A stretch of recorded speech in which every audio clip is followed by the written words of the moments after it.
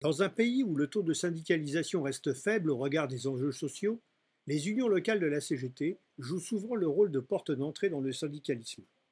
Plusieurs centaines de dirigeants syndicaux des territoires et des fédérations professionnelles de la CGT se sont réunis à Montreuil les 11 et 12 octobre afin de débattre du rôle et de la place de ces structures locales pour améliorer la proximité avec les salariés des bassins d'emploi. Aujourd'hui, sur le territoire national, il y a 810 unions locales. Sur un département, il y en a une seule. Sur le plus gros des départements, il y en a 25. Donc la CGT, elle est partout. Nos unions locales, c'est la première porte d'entrée des salariés qui cherchent la CGT. Donc c'est à la fois une porte d'entrée et un lieu où on gère les urgences.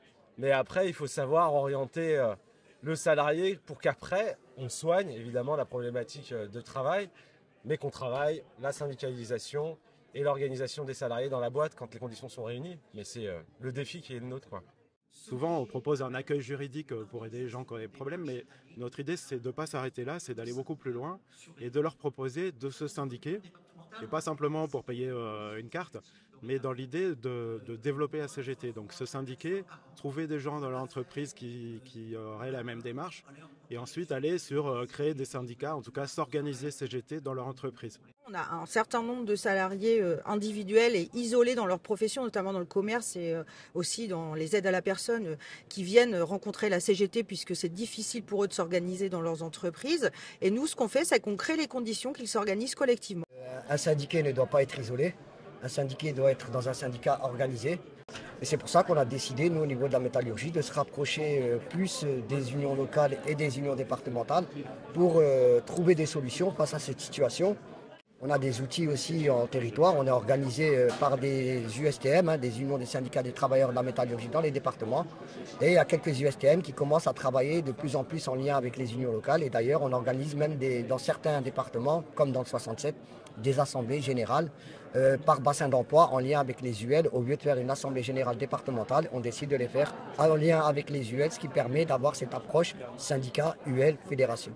On tient à cette porte d'entrée de proximité pour les salariés, parce qu'on est dans une situation assez paradoxale où les différentes lois renvoient tout à l'entreprise, donc l'activité dans l'entreprise est de plus en plus importante, mais dans le même mouvement, il y a de plus en plus de salariés précaires, avec des statuts précaires, des intérimaires, des contrats à durée déterminée, enfin voilà. Et donc, et une présence syndicale qui escalait, donc l'union locale est plus que jamais nécessaire. On a aussi tout un projet de société qu'on porte. Et donc les unions locales, elles ont un rôle important de porter des revendications en territoire.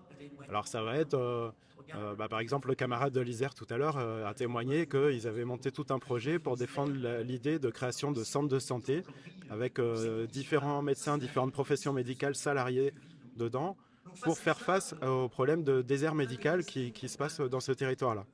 Donc ça, c'est un projet et on le porte avec la population, on va voir les élus, enfin on mobilise toutes les forces possibles pour gagner sur ces revendications-là. Et ça rayonne auprès de toute la population.